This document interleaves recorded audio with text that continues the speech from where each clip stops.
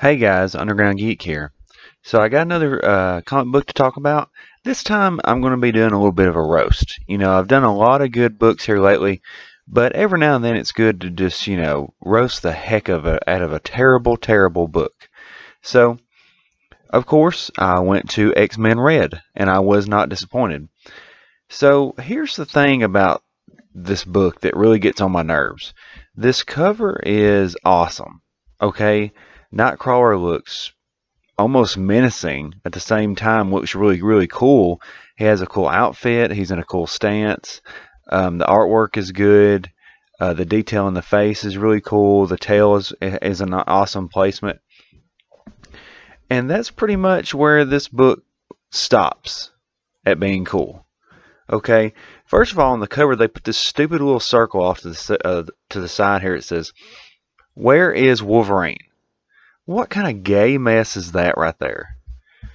But then they cut the bottom of the cover off with this white triangle that has the three people that worked on the issue with the number 02. What in the world, guys?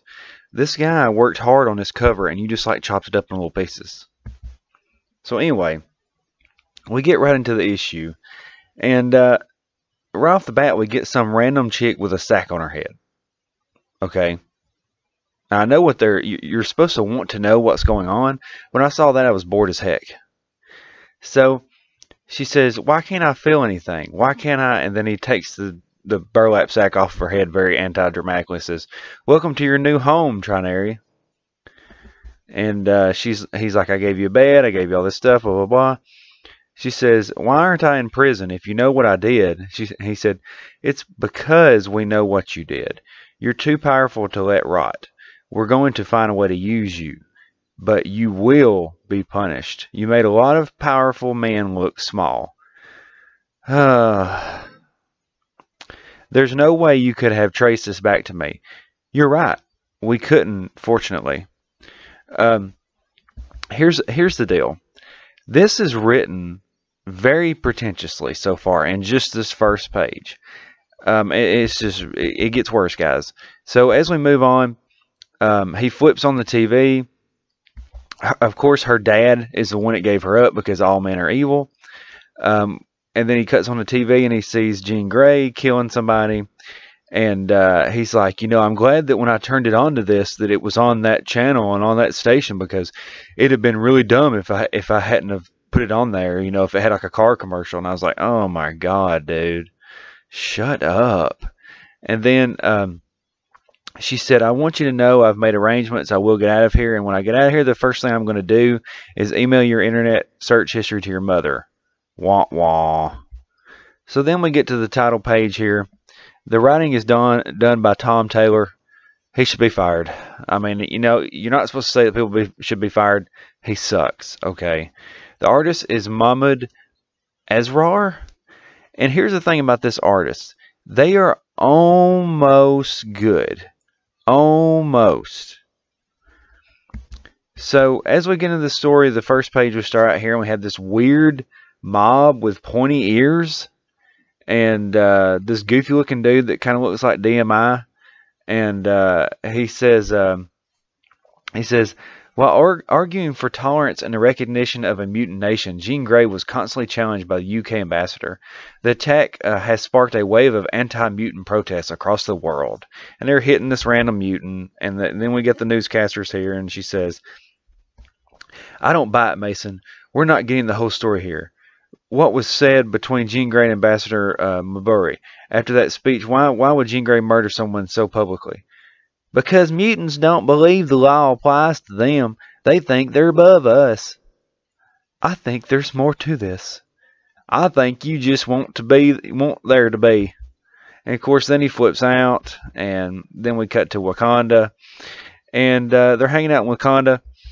I don't know who's drawing these people, but like I said before, they're almost good. This Asar guy is almost good.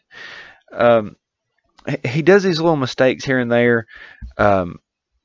Jean Grey will look pretty one second and messed up the next.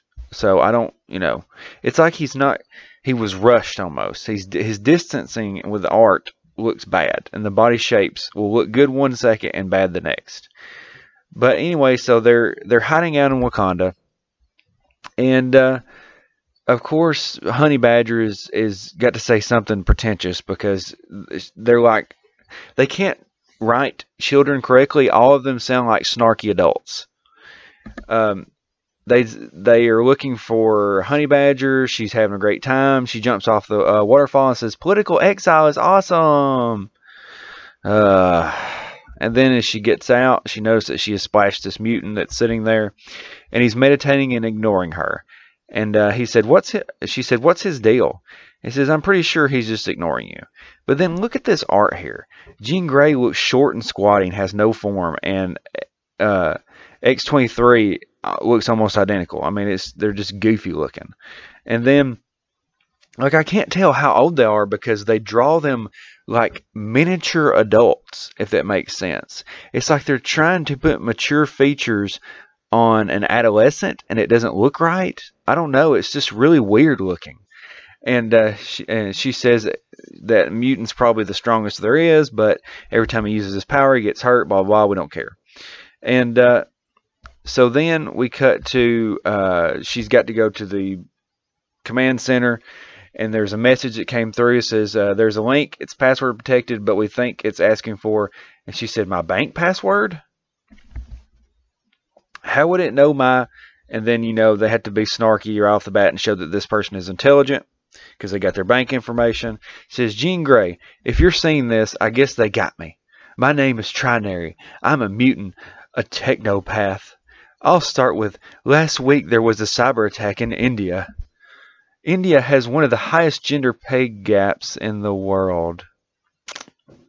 On average, men are paid 25% more than women. Last week, every working woman in India was paid 25% more.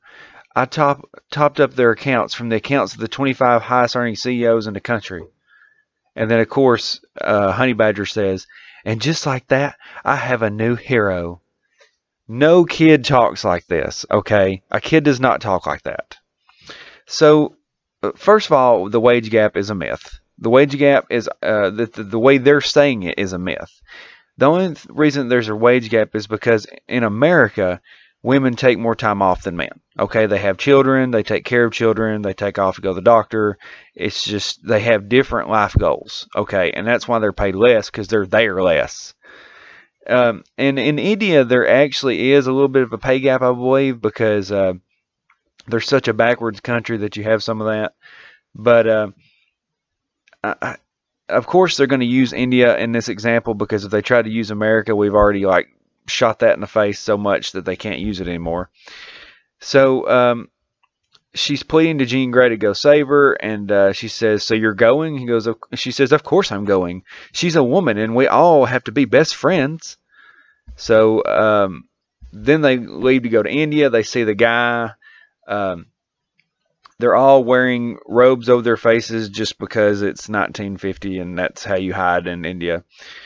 But she says that he's going to step into the alley in about 30 seconds. She said, "How do you know that?" It says, "Because I put a suggestion in his mind to step into the alley." Well, why didn't you just say that? He said, "Let's move." So they all walk very slowly into the alley. And then she says, "Hello?" And he says, "White, please, no sugar." And they said, "What is he talking about?" It says, "Well, he thinks he's getting coffee. I've talked to him, you know, his brain thinks he's getting coffee." So they make a funny joke, get some money from him, use him to get into the facility. And like I said before, the art is just very hit and miss. It's like it was done very rushed, you know. It's like if he has time, it's pretty good. But some of this just looks like, it doesn't look like an actual Marvel comic. It looks like some kind of cheaper end comic. And it says, "We have to do this quietly. The three of us can do quietly." "Agreed. We'll handle the extraction. I'll stay and use Lachey's knowledge of the building. I'll be in your minds." She says, "Okay, I apologize for anything weird you see in there. Oh, and I haven't fully explored those feelings for the girl on the bus, so if you could just leave those alone, it would be appreciated." Oh, my God. So there we go again. First she was pretentious, and now, of course, she likes some random girl, because all girls in these comic books in Marvel right now have to be gay. So, I mean, I don't even understand. This kid's like 10. Okay, why are you trying to sexualize this little kid? So anyway, we get this montage page here, and here's what Marvel does so stupidly. The only action in the whole comic, they turn into a little montage page that's over in one page. Yeah. So then we cut to we cut to him bamfing in. Nightcrawler bamfs in. He gets the group. They go in there. They do something. I don't care. And so at that point, there's shooting going on, which distracts Jean Grey. And of course, there's a mob that shows up. So she's trying to stop them. She makes them all go to sleep. We have this cool cutscene here. And like I said, he's almost good. You look at some of this art, and it's like if he has more time, he's good, but it seems very rushed. And for some reason, he drew Jean Grey like skinny as a rail, and I don't know what that was all about. But so then we cut, and there's only 3 people left. But there's something going on. There's something in their minds, and she can't control them. And then we get this awful shot here of this lady. Like, who? That's a man. Okay, I don't. Ugh. So then they run outside. Nightcrawler bamps outside, and then we see that Jean Grey has them like floating through the air. She's using her psychic powers. She said, "I just had to concentrate," and then the guy is now not being controlled, falls out of the van, and it says his authorization code Sentinel. That's when X-23 randomly cuts his fingers off and his phone. So you kidnapped the guy, mind controlled him, and then mutilated him. And she said, "Can anyone else hear that?" And that's when Jean Grey says, "I know what he's done. Move." And then we'll see a rumble. And then a huge sentinel comes out of the ground. And the huge sentinel looks pretty awesome. But then the people don't look that awesome. And like I said before, it's like he does some things really good, and then other things are rushed. But the artwork is pretty good, but not really Marvel caliber. And then we get this last page here. It says dress code red, the evolution of style. They're really trying to gear this towards women, and there's just not that much women that wants to read X-Men comics. Okay, why would you cut out 90% of your reader base? It doesn't make sense to weirdly do this kind of stuff.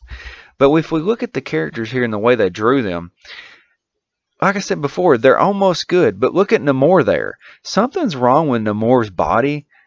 His arms are too long, or his quads are longer than his lower legs, or his waist isn't quite right. I don't know what it is, but something's off there. And I mean, and then you look at Gambit, and it's like I said before, it's like a full-size person that they've squished, if that makes sense. Something's not right there. It's like the torso's too small. But anyway, I mean, this whole comic book is just a mess. They have these people just talking weirdly, and let's talk about the main character in the story. Trinary is a criminal. Okay, she stole money from companies and gave it to other people, and the X-Men are celebrating her like a hero and mutilated a man just to get her back, and they don't even really have her just yet. I mean, I don't. And then, of course, the Sentinel showed up because, for some reason, everybody has control of Sentinels. It doesn't really make a whole lot of sense, but okay. I thought Sentinels were, supposed to be something kind of ominous, and now they're in every X-Men comic book. But then you have X-23, or whatever her name is, Gabby, Honey Badger, celebrating Trinary as well, and talking like a weird, snarky sociopath. It doesn't really make a whole lot of sense, guys. Like, it's pretty clear that these people don't actually know about comic books and don't actually know how to write comic books.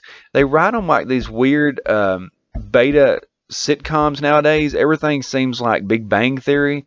And then they turn around and, of course, all of the big men and companies and the CEOs and stuff are evil for some reason.